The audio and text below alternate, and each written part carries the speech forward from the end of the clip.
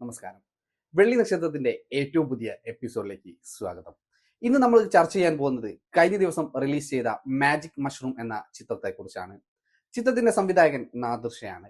നാദിർഷയെ കുറിച്ച് നമുക്ക് അറിയോ എന്ന് ചോദിച്ചു കഴിഞ്ഞാൽ തീർച്ചയായിട്ടും നമുക്ക് അറിയുന്ന ഒരു വ്യക്തി തന്നെയാണ് നാദിർഷ. കാരണം കഴിഞ്ഞ കുറെ പതിറ്റാണ്ടുകളായി കോമഡി രംഗത്തും പാരഡി രംഗത്തും ഒക്കെ നിരവധി ഹിറ്റുകൾ സമ്മാനിച്ച ഒരു വ്യക്തി കൂടിയായിരുന്നു നാദിർഷ. നാദിർഷ, കലാഭവൻ മണി, ദിലീപ് എന്നിവരൊക്കെ ഒരേ കോമഡി ട്രൂപ്പിന്റെ ഭാഗങ്ങളായിരുന്നു. അതിൽ മറ്റുള്ളവരൊക്കെ സിനിമയിൽ അഭിനയ രംഗത്തേക്ക് വന്നെങ്കിലും നാദിർഷ ആദ്യകാലങ്ങളിൽ ഒന്ന് രണ്ട് സിനിമകളിലൊക്കെ ചെറിയ ചെറിയ വേഷങ്ങൾ ചെയ്തിരുന്നു. പിന്നീട് അദ്ദേഹം ഗായകൻ എന്ന നിലയിൽ ഒന്ന് രണ്ട് സിനിമകളിൽ നല്ല ഗാനങ്ങളൊക്കെ നമുക്ക് വേണ്ടി അവതരിപ്പിക്കുകയൊക്കെ ചെയ്തു. അങ്ങനെ നാദിർഷ 2015 ആദ്യമായിട്ട് ഒരു സിനിമ സംവിധാനം ചെയ്യുന്നത്. പൃഥ്വിരാജിനെയും ഇന്ദ്രജിത്തിനെയും ജയസൂര്യയെയും കേന്ദ്ര കഥാപാത്രങ്ങളാക്കിയിട്ടായിരുന്നു ആ സിനിമ അദ്ദേഹം അന്ന് ഇറക്കിയിരുന്നത്.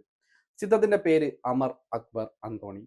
വലിയ ഹിറ്റായിരുന്നു ആ ഒരു ചിത്രം. ആ ഒരു കാലഘട്ടത്തിൽ അതിലെ പാട്ടുകളും അതിലെ ചില രംഗങ്ങളൊക്കെ വലിയ ഹിറ്റായി മാറുകയും പ്രേക്ഷകർ ഇരു കൈകളും നീട്ടി സ്വീകരിച്ച ഒരു ചിത്രമായിരുന്നു അത്. അതിന്റെ തൊട്ടടുത്ത വർഷം തന്നെ അദ്ദേഹം ഒരു യുവ നടനെ വെച്ചിട്ട് മറ്റൊരു ചിത്രം കൂടെ പ്രഖ്യാപിച്ചു. ആ ചിത്രവും ഈ പറഞ്ഞതുപോലെ തന്നെ ആ, അതുവരെ കണ്ട മലയാളികളുടെ മനസ്സിലുണ്ടായിരുന്ന നായക സങ്കല്പത്തെ മൊത്തം മാറ്റി നിർത്തിക്കൊണ്ടുള്ള ഒരു ചിത്രം കൂടെയായിരുന്നു. നമ്മുടെ വിഷ്ണു ഉണ്ണികൃഷ്ണനായിരുന്നു ആ ചിത്രത്തിലെ നായകൻ എന്ന് പറയുന്നത്. ചിത്രത്തിന്റെ പേര് കട്ടപ്പനയിലെ ഹൃതിക് റോഷൻ. അതിലെ ഗാനങ്ങളൊക്കെ ഇപ്പോഴും ആളുകൾ പാടി നടക്കുന്നത് നമ്മൾ കേൾക്കാറുള്ളതാണ്. അങ്ങനെ ഒരു രണ്ട് സിനിമ കൊണ്ട് തന്നെ മലയാളികളുടെ മലയാളി പ്രേക്ഷകർക്കിടയിലേക്ക് സംവിധായകൻ എന്ന നിലയിൽ തന്നെ വലിയൊരു സ്ഥാനം ഉണ്ടാക്കിയെടുക്കാൻ നാദിർഷയ്ക്ക് കഴിഞ്ഞു.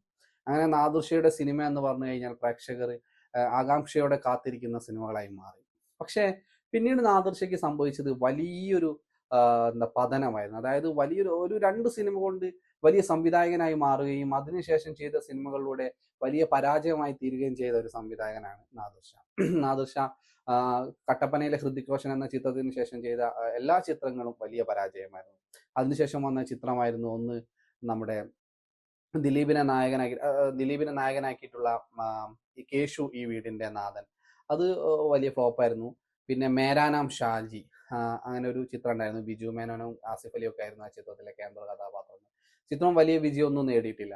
ശേഷം ജയസൂര്യയെ നായകനാക്കിയിട്ട് അദ്ദേഹം ഈശോ എന്ന് പറഞ്ഞിട്ടുള്ള ഒരു ചിത്രം സംവിധാനം ചെയ്യുകയുണ്ടായി. അത് വലിയ വിവാദങ്ങളൊക്കെ ഉണ്ടായിരുന്നു. ഈ ഈശോ എന്നുള്ള പേര് വെച്ചിട്ട് ചിത്രം റിലീസ് ചെയ്യുന്നതൊക്കെ ആയിട്ട് ബന്ധപ്പെട്ട് വലിയ വിവാദങ്ങളൊക്കെ ഉണ്ടായിരുന്നു. പക്ഷേ ചിത്രം വേണ്ടത്ര ശ്രദ്ധിക്കപ്പെട്ടില്ല എന്നുള്ളതാണ്.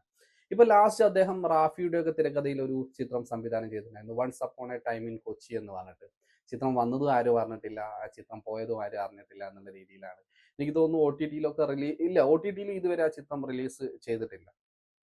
അങ്ങനെ ഇരിക്കെ ഇപ്പം ഈ വർഷം 2026 ഇരുപത്തഞ്ചിന്റെ പകുതിയോട് കൂടിയിട്ട് താൻ ഒരു സിനിമ ചെയ്യുന്നുണ്ടെന്നും ഉടനെ തന്നെ ആ സിനിമ റിലീസ് ചെയ്യുന്നെന്ന് ആദർശ പറഞ്ഞിട്ടുണ്ടായിരുന്നു. അങ്ങനെ ആളുകളെ കൂടുതൽ ഇൻട്രസ്റ്റഡ് ആക്കിയിട്ടുള്ള ഒരു ഫാക്ടർ എന്ന് പറയുന്ന സംഭവം എന്താണെന്ന് വെച്ച് കഴിഞ്ഞാൽ 2016 വലിയ ഹിറ്റുകൾ സമ്മാനിച്ച വിഷ്ണു ഉണ്ണികൃഷ്ണനും അതുപോലെ തന്നെ നാദിർഷയും ഒന്നിക്കുന്ന ഒരു ചിത്രം എന്നുള്ള രീതിയിലാണ് മാജിക് മഷ്റൂമിനെ ആളുകൾ കണ്ടത്. അത്യാവശ്യം നല്ല രീതിയിലുള്ള പ്രൊമോഷനും കാര്യങ്ങളൊക്കെ ഈ ചിത്രത്തിന് കൊടുത്തിട്ടുണ്ടായിരുന്നു. അപ്പോൾ ചിത്രം ഇന്നലെ കാണാനിടയായി. ഇനി ചിത്രത്തിന്റെ വിശേഷങ്ങൾ ഞാൻ നിങ്ങൾക്ക് മുമ്പിലേക്ക് പറയാൻ ആഗ്രഹിക്കുകയാണ്. സത്യം പറഞ്ഞാൽ 2026 ഒരു പൊട്ട സിനിമ എന്ന് തന്നെ പറയാൻ നമുക്ക് സാധിക്കും. കാരണം വേണ്ടത്ര ഈ സിനിമയിലേക്ക് ഒരു ശ്രദ്ധ തിരക്കഥാകൃത്തുകൾ കൊടുത്തിട്ടില്ല. ഒരു ട്രോമയിലൂടെ കടന്നു വരുന്ന ഒരു വ്യക്തിയാണ് നായകൻ.